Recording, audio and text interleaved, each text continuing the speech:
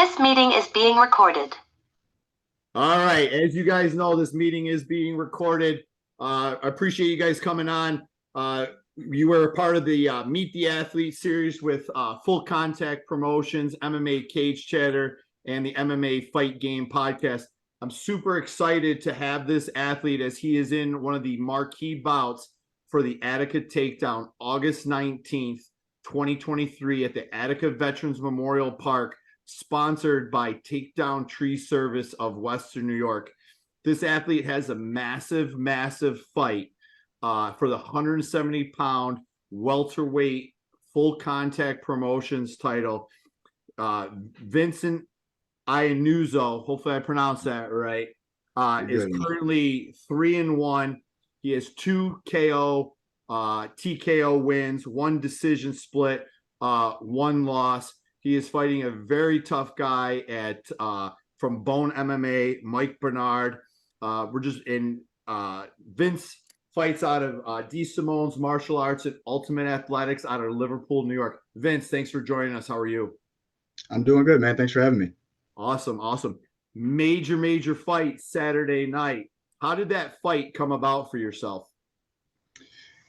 I mean, that's a long story there. I mean, I was supposed to fight back in March, and things just fell through. Couldn't get anybody to agree to the fight. So at that time, I had cut a bunch of weight, was already like ready to go. So this time around, I was like, I'm not really looking to cut again, just to potentially have the same thing happen. And I also wanted to go up a weight class, so hopefully it was fresh competition, guys that would hopefully accept the fight. So names got thrown around, Mike Bernard popped up, and I was all for it. So the belt was vacated, so I'm ready to keep that at Ultimate Athletics. I love it. So you generally, so we talked last night, you have aspirations to go professional.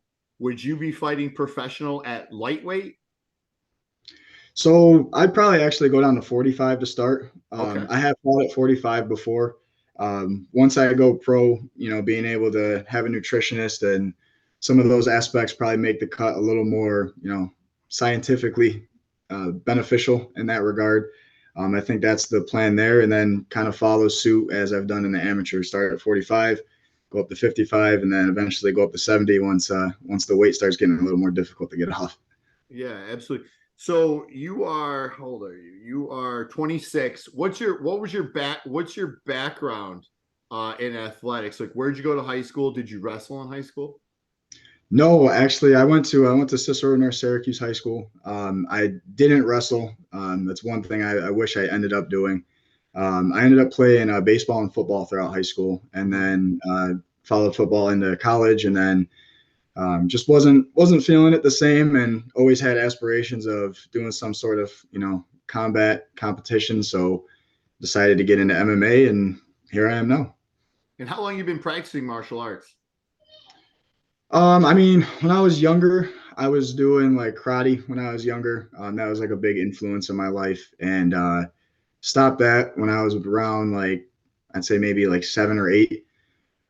Took some years off, focusing on other sports, and then I got back into it. My first fight was in 2019, so I don't know how long it's been. COVID threw off all the years for me, so not a crazy amount of time, but yeah. So you're like one of those hybrid athletes. You're kind of in the same mold as Jonathan Piersma from Synthesis Martial Arts, where you guys walk into a gym, you guys find out you guys have some skills and whatnot, and you go and you develop and you're good at it, and then you look to go further, right? yeah, for sure. Yeah, absolutely. So what do you know about your opponent, Mike Bernard from Bone MMA? I mean, I know he's a tough dude. He's obviously undefeated for a reason, so he obviously does what he does well. He's got his game plan, and if it's not broke, don't fix it. So I know what he's going to come in and try and do. I know what I need to do. So I'm ready to put on a show, and I'm ready to make a statement in pretty spectacular fashion. So, And what are your expectations for Saturday night? And without getting into like game plan detail, because we don't need to know that yet. We'll watch it on Saturday night at Attica Veterans Memorial Park. But what are your expectations? Like I said, a big statement will be made. So I'm looking for a spectacular finish. Yeah, and looking at your record, you have seven bouts. How many more bouts before you make that jump to pro? So for me, there's been, I've kind of toyed with the idea.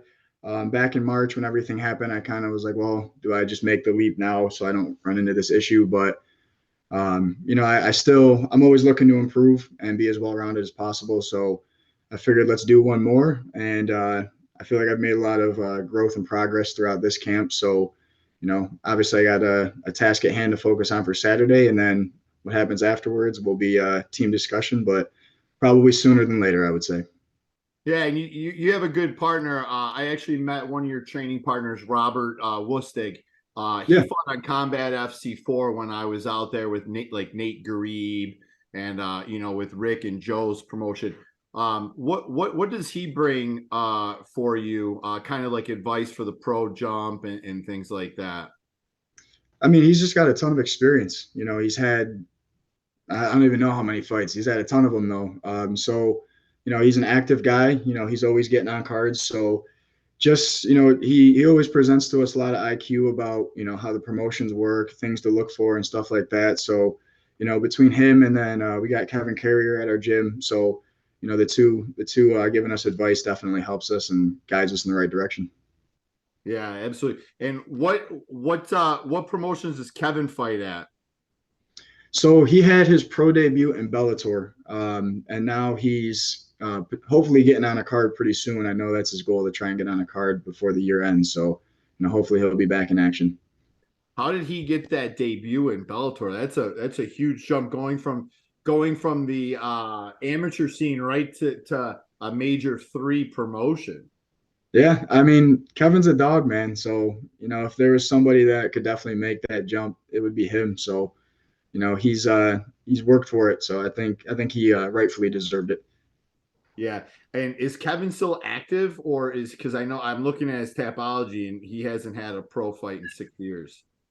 Yeah, it's been a little bit of time. I think he had an injury and then COVID. He's had his 2 beautiful kids, so he's raising his family, but he's looking to get back in the mix. He's always training. He's a great guy to be in the gym with. And when we were talking last night, you told me until the pro starts paying the bills and things like that, you sell cars. If Yep. anybody is in the Liverpool, Syracuse, Rochester, Buffalo area want to buy a car from you, where can they go? Go to Drivers Village. That's where you can find me, and I'll help you out. Yeah, absolutely. Make sure you ask for Vince because we got to support our own and keep the money in the family. So let me ask you this: you're a fighter.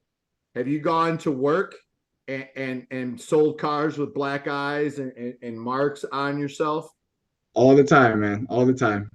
So 2 questions on that. 1, what does the management think of that? And 2, what are the customers? And do you get some empathy from the customers where they might buy a little bit more? So my managers, I mean, they know what I do, so they understand, and it's usually a pretty funny story because it's usually like stupid things that happen, the accidental, crazy, bizarre things that cause a bump or whatever. And then as far as customers, I get more comments on my ears than anything. Usually, if they see a mark, they don't really say much. As far as the empathy goes, buying a car, I wish that helped out a little bit more because I would definitely appreciate it. But it's more the ears. Every now and then, someone will notice, excuse me, and make a comment, and be like, "Oh, do you do jujitsu or wrestle?" And we just kind of talk about it from there. Yeah. And if anybody has like a UFC shirt or anything on like that, it's a home run for you because then you just start rapping, building that connection and relationship, right? For sure. I forget I got to sell them a car. Yeah. Oh yeah, for sure. So Saturday night, August 19th, I'll see you at the weigh-ins on Friday, but Saturday, August 19th, this event potentially could draw between 2 and 5,000 people in a very, very small town. What do you know about the event, if anything? So I know that there was the potential they were going to have the card the last weekend and then try and have this one, but I think this one just kind of took precedence because, like you said, it seems to be having a big gathering. It's getting a lot of attention. So, I think that's a really exciting thing for the promotion. I've had really good experiences fighting for the promotion. So, I'm glad that, they found an opportunity for their promotion, but also for us fighters. So, I don't really know much else about it. I know Attica's a small town, but, it's definitely going to be jumping on Saturday night. So it's definitely going to be jumping, and like I mentioned to you, I am much more excited for this card from a talent level, because you guys are the future stars of tomorrow. So we've had athletes like Jonathan Piersma, who's fighting in LFA in September 15th. You have Jasmine Juvicius, whose team is going to be at this fight card, Niagara Top Team, with a couple of their athletes. Jasmine has a massive fight on Mexican Independence Day, September 16th in Vegas at the T-Mobile Arena against a game opponent, Tracy Cortez. So that it's major, but you guys are the future, and you never know, and you have future aspirations in a big spot. I can't wait to watch you compete and all the other athletes compete. Robert couldn't say enough good things about you to me yesterday. He's like, "Hey, my boy's fighting," and I'm like, "Oh, who's that?" And he's like, "You," and I'm like, "Oh, can you hit him up? Because I'd love to get him on and just talk and provide an opportunity for you to kind of share your story and kind of give a little background, because it makes it a little bit more interesting for you guys and the fans, as well." So, not to take away from your fight, there's a major fight in Boston. On the top 3 fights between Ian Gary, Neil Magny, Amanda Lemos, and Wei Li, and then also Aljamain Sterling, Sean O'Malley. Who are your 3 that you got this week, and who are you rolling with besides yourself? Yeah, I'm going Ian Gary. I really like watching him. I think he's exciting. I think he has a bright future, and I just think he's on a hot streak right now, and I think he's going to carry that momentum through. I'm going to go with Wei Li on this one. I know that's going to be an interesting fight, but I'm going to go with Wei Li. And then the main event between Aljo and O'Malley, it's the classic matchup, right? Your grappler versus your striker. So it's really going to come down to who can execute the game plan better. Obviously, we talked about it a little bit before. Aljamain's style is very unorthodox, whereas O'Malley is very technical and very sniper-like. So I think it'll be really interesting. It's a tough one to predict. I don't dislike either guy. So I don't know, man.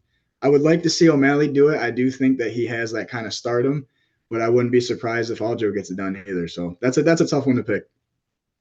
Yeah, that's going to be if O'Malley can somehow pull it off, he'll be an overnight superstar, real close to that McGregor level.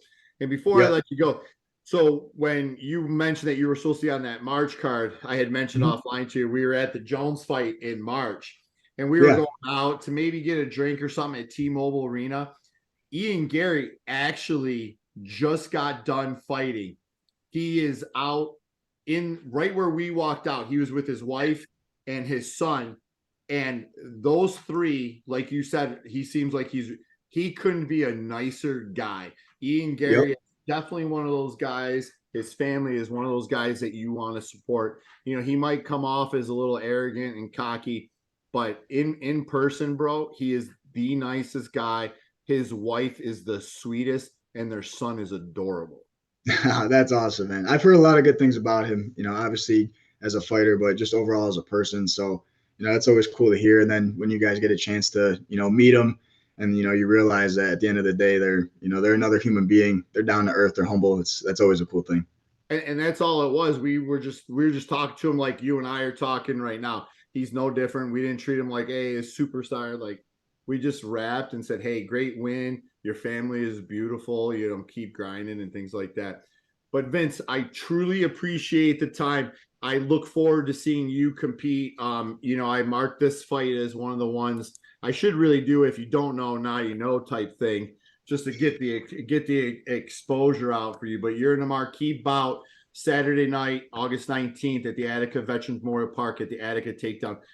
Go sell some cars today. Make that bread so we can get you on that professional scene. I appreciate it. Sit tight, all right? Sounds good.